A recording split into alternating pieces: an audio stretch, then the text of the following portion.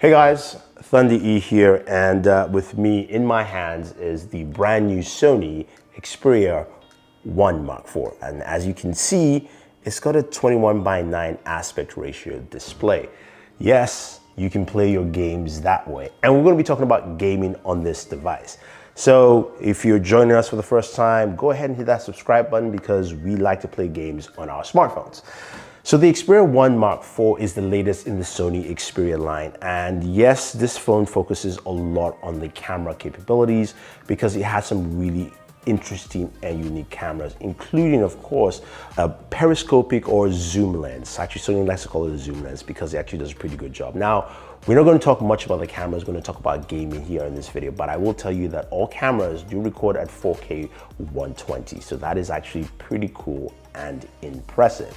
But let's talk about the device for what we care about in gaming. Now, it's got a Snapdragon 8 Gen 1 processor, 5,000 milliamp battery, which is actually pretty good.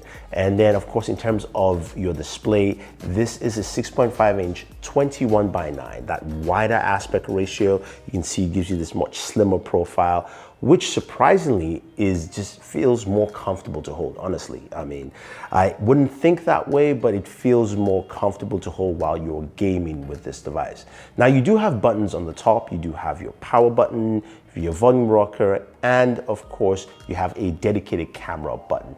This is where I wished Sony actually used this camera button because it has a two-stage camera button, which allows you to press halfway through to focus your images and all that kind of stuff. So to me, that would be great for a gaming trigger. Imagine playing Call of Duty. Even if you just map this as your trigger, this would be great. And also even using the volume rocker here to actually go ahead and reload, or at least set a function. Now, that brings me to the game enhancer. This is Sony's basically option of customizing your gaming experience, improving that gaming experience, and doing much more. So you go to the Game Enhancer app, you can go in and you can see the games you have in there. You can look at each of those games, and then you can also look at your screenshots and things like that. Now, while you're in your game session itself, you can actually open up the Game Enhancer.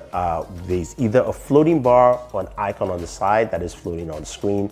So I do have the icon on the side, and what it does is allows me to go into some quick settings. I can go in and change the brightness. I can also increase the performance and go to like performance mode instead of balance mode to use more of my, of course, Snapdragon 8 Gen 1. I can multitask, screenshot, screen recording. That's pretty good, but the things I would like to see here are, of course, my FPS meter, and as well as a way to map some of those already useful buttons that they have in this device. So that's what it is in terms of functionality. Okay, so what about games and gaming on this device? So let's start off with Genshin Impact. You thought I was gonna say Call of Duty Mobile. Well, Genshin runs on this as you would expect. Genshin is a game that honestly we know very well that is not well optimized. So we get between 38 to 40. When you play for longer periods of time, about 20 minutes, it drops down to about 36 to 38. That is something that I've been seeing. So again, that's kind of standard with what we're getting with Snapdragon 8 Gen 1 with this, but it does run smooth. And also using that 120 hertz display, you can see how smooth and fast this thing actually looks. Now, going over to Call of Duty Mobile, this game runs at 60 frames per second, locked in, really smooth, very nice. And honestly, again, I can't stress that I really liked the fact that, look, this has a much wider screen, so I feel like everything is just more balanced on my display. I can see more of what I'm looking at, and even though the height isn't there, there's just much more wider field of view, especially with a game like Call of Duty. Now, PUBG Mobile, we ran it, of course, at the very two settings we usually check at. First, of course, is Smooth Extreme, and that gave us a solid 60 frames per second. The game ran well and functioned pretty good.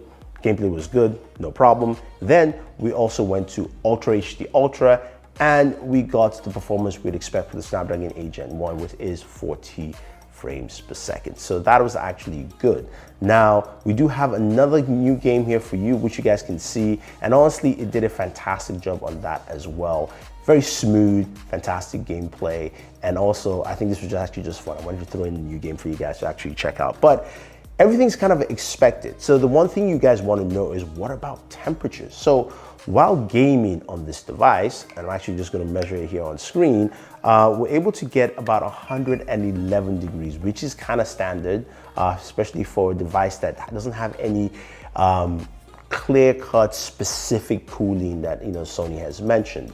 Now, there's one way to actually change those temperatures from 111 is the fact that Sony has some pretty unique battery technology. This is something that allows you to actually game for long periods of time without using the battery. And mind you, that's a 5,000 milliamp battery here, so you can actually game for long periods of time.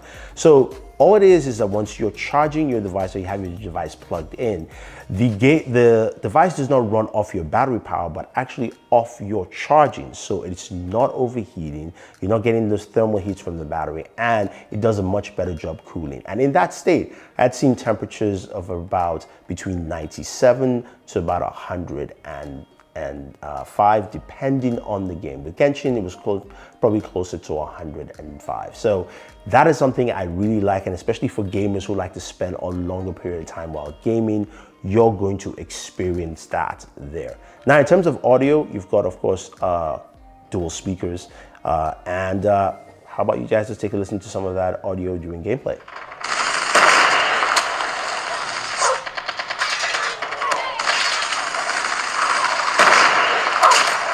Attack the mob. Killing spree for the red team. Pretty cool. So in all essence, the Sony Xperia 1 Mark IV is a solid gaming device, 4K 120, even though of course this game doesn't actually play at that, but it looks really good, runs smooth. Audio is solid on this device, but here's the kicker. Would you actually pick this for gaming, or would you focus more on the camera capabilities? Because this is priced at $1,500. And this is of course because Sony is really pushing a lot of those camera capabilities, and yes, gaming is pretty strong. What I would like to see from Sony in the future is more PlayStation integration into this device, where I can actually have the PlayStation app available. I can also stream more from my PlayStation, more connectivity to that, because again, that is a Sony product. So I would love to see that there, that it makes it more of a true Sony product, not just a PlayStation phone, but again, it covers the camera and the gaming aspects together. So if you guys have any questions or any comments, let me know. Or otherwise, don't forget to like, share, subscribe, and always enjoy your entertainment.